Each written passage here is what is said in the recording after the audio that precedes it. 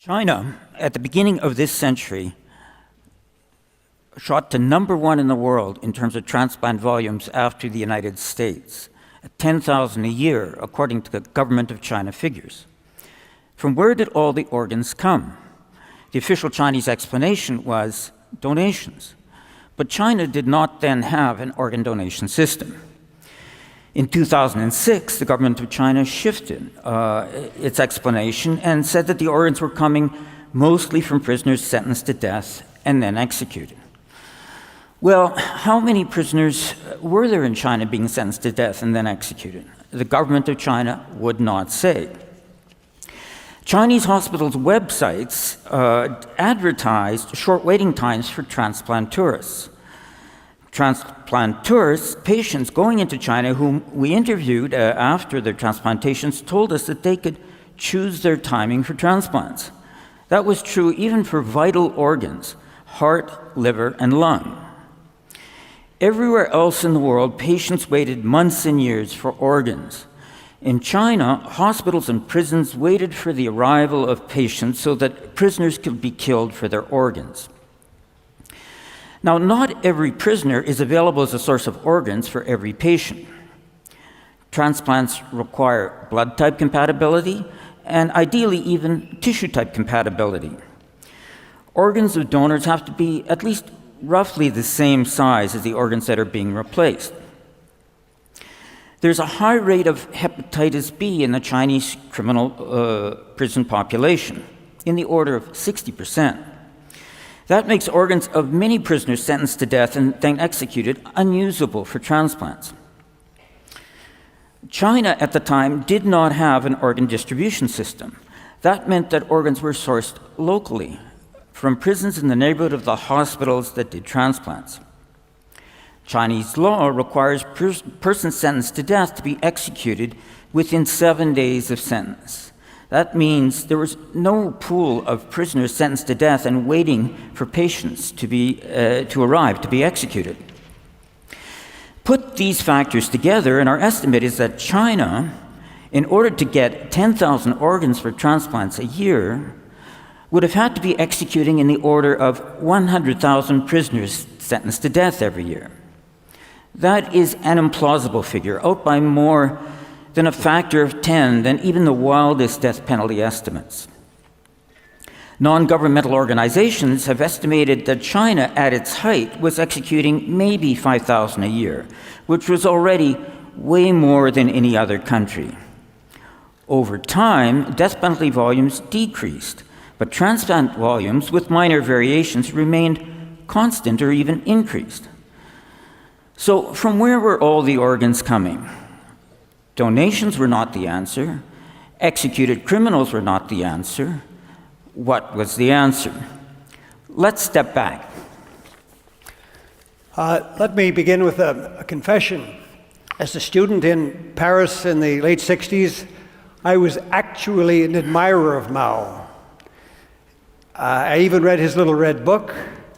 He seemed so kind swimming in the famous photo in the Yangtze River. Many historians today, as I'm sure you know, name Mao as one of the worst mass murderers of the 20th century. Chang and Halliday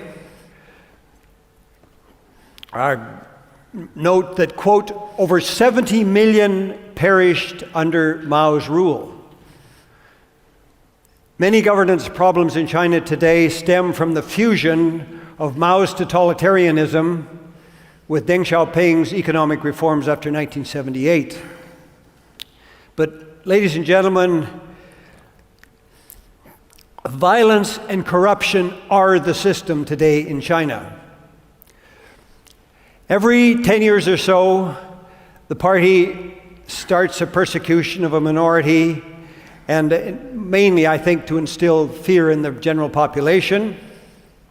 Consider just 3 of the persecution campaigns that have gone on since 1950. The so-called Great Leap Forward, where an estimated 40 million people starved to death. The Cultural Revolution, which you all know, I'm sure, of 1966 to 76, saw perhaps another 2 million killed. The Tiananmen Square massacre of 1989, and that photograph, one of my favorite photographs of all time, where soldiers killed thousands of people who were seeking openness and democracy. So what if David and I told you that hundreds of thousands of innocent people have been put into slave labor camps across China, where they're not only making goods for export, but they're also tortured, blood tested, and the unlucky ones are killed on demand for their organs, harvested for profit. So how did the two of us get involved in this? About 10 years ago, we were invited by a volunteer coalition to investigate allegations of organ harvesting in China. I had been Secretary of State for Asia Pacific for Canada, and David Matus had had a lifetime of working on human rights and also trying to find lessons of the Holocaust. So we agreed on a volunteer, independent basis to look into these allegations. What follows, the conclusion of our investigative report, is so disturbing that we have called what's happening a new form of evil on the planet. That was our conclusion, that organs came from prisoners, all right, but they were not only criminal prisoners sentenced to death and then executed, they were mostly prisoners of conscience, primarily practitioners of the spiritually based set of exercises, Falun Gong, a Chinese equivalent of yoga.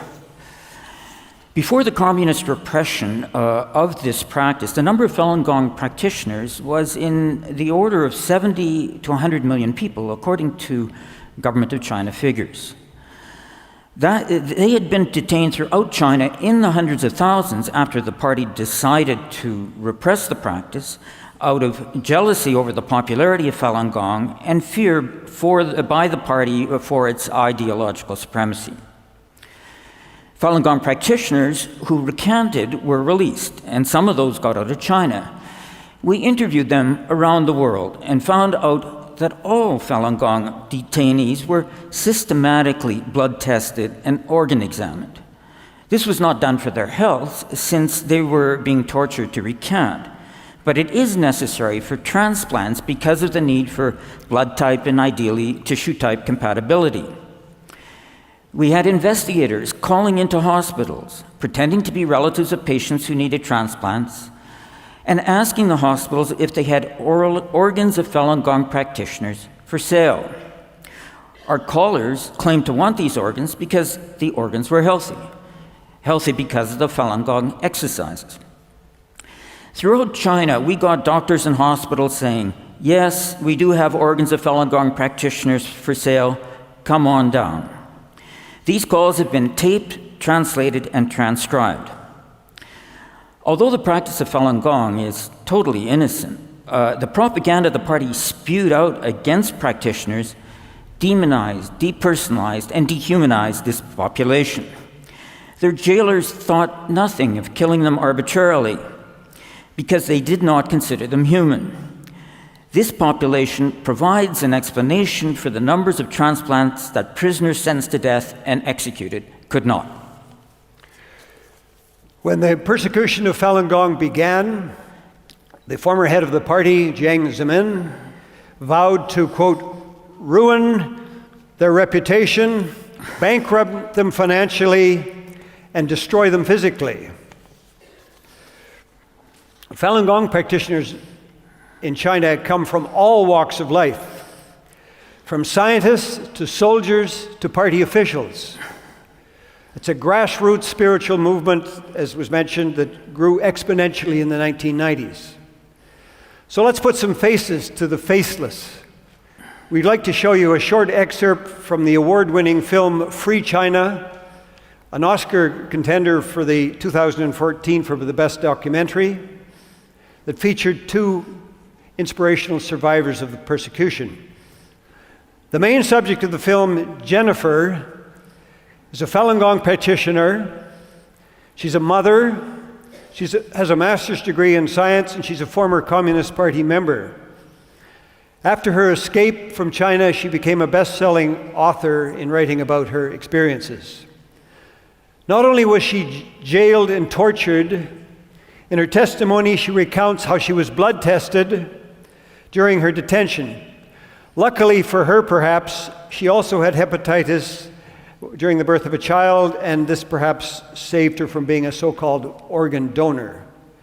The second person you'll see is a Chinese-American, Dr. Charles Lee, who was jailed for 3 years after he went back to China to try to explain the truth of what was happening. He was sentenced without anything approaching a fair trial, and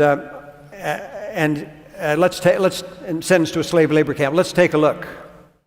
Every time they applied the baton on me, I just couldn't help shaking. And the anticipating of the next round of shocks just was too terrible to describe. This is exactly what I was forced to make in Nanjing prison. Homer Simpson slippers. I saw this label inside the prison when I was making it, SG Footwear Hackensack, New Jersey. When I was in America, I watched Homer Simpson shows, pretty often during the 90s, very funny. But when I was forced to make these shoes in prison, you don't feel as funny at all.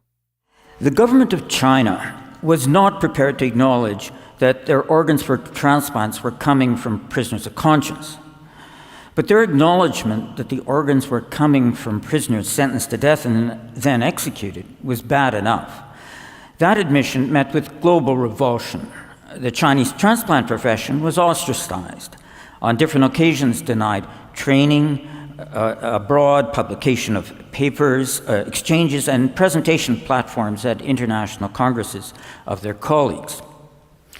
Chinese health officials reacted by saying that, as of January this year, they had ceased sourcing organs from prisoners and were now sourcing organs entirely from donors.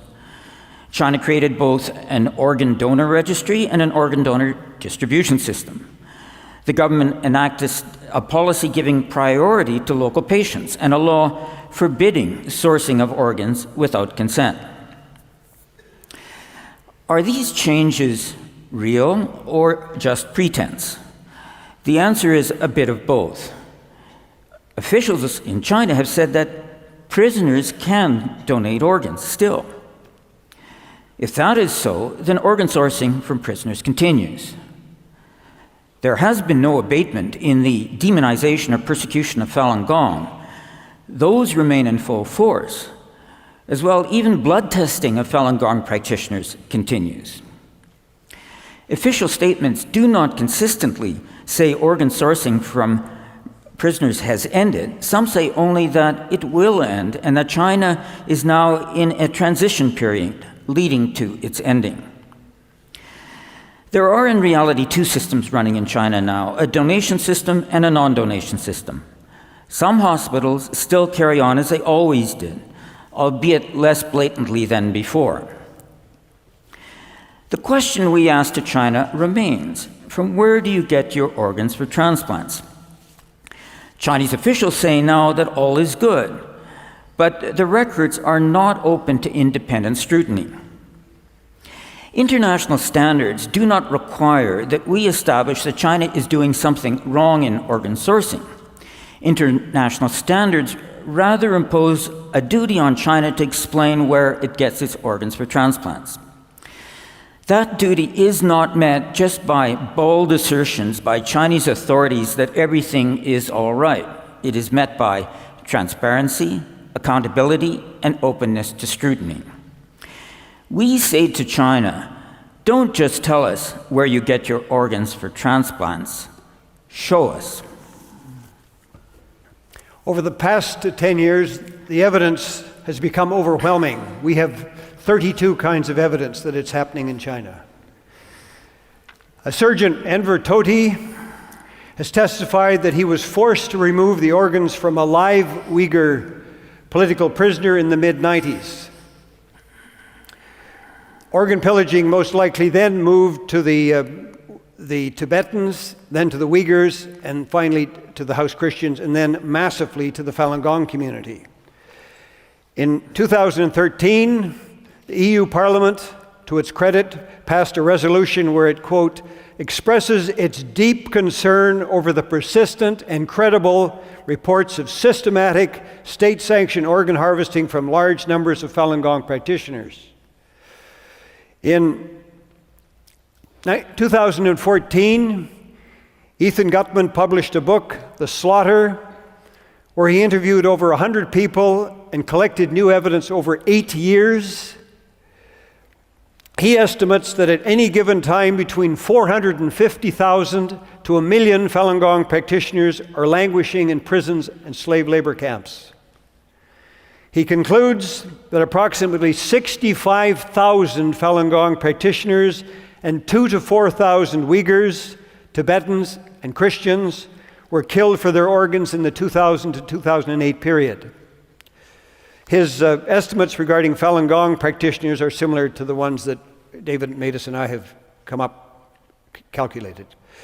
When you follow the money, you partly begin to understand why this is happening. Hospitals, as the shows, can get 62,000 for kidneys, and hearts worse up to 160,000. We're talking about billions of dollars in profits. So while the Main Street media has paid minimal attention to these atrocities, the truth is gradually getting out. We want to show you in this final clip, it's an excerpt from the documentary Human Harvest, which won the prestigious Peabody Award earlier this year. The least the EU can do to stop it is to condemn publicly organ transplantation abuses in China and to inform those European citizens who travel to China for organ transplants. This is a crime against humanity. We should do our best to identify those specific individuals who are engaged in this and put them on the list of people who deserve to be brought to justice. America must stand with the Falun Gong and indeed with all of the oppressed. Beijing must release Falun Gong practitioners and other prisoners of conscience immediately. Today's theme is hidden treasures. I think that the hidden treasure in all of us is the courage to overcome our fears and to stand for what's right no matter what the cost. David and I are just two Davids, and the Goliath we face, as you know, is so huge and is indeed a daunting challenge. This is where we need your help. There are at least 3 things that all of you can do. First, simply Google organ harvesting in China. Second, tell friends what you've learned. Third, please share this information on Facebook and other social media. Today's internet-connected world, I believe the key is awareness, and fundamentally we all deserve to be free and that we all are truly connected. If we can reach millions through the power of communities such as TED, we can hopefully inspire enough people to take action, to save lives, and to stop this trafficking in human organs, and which of course is also a crime against humanity. Thank you.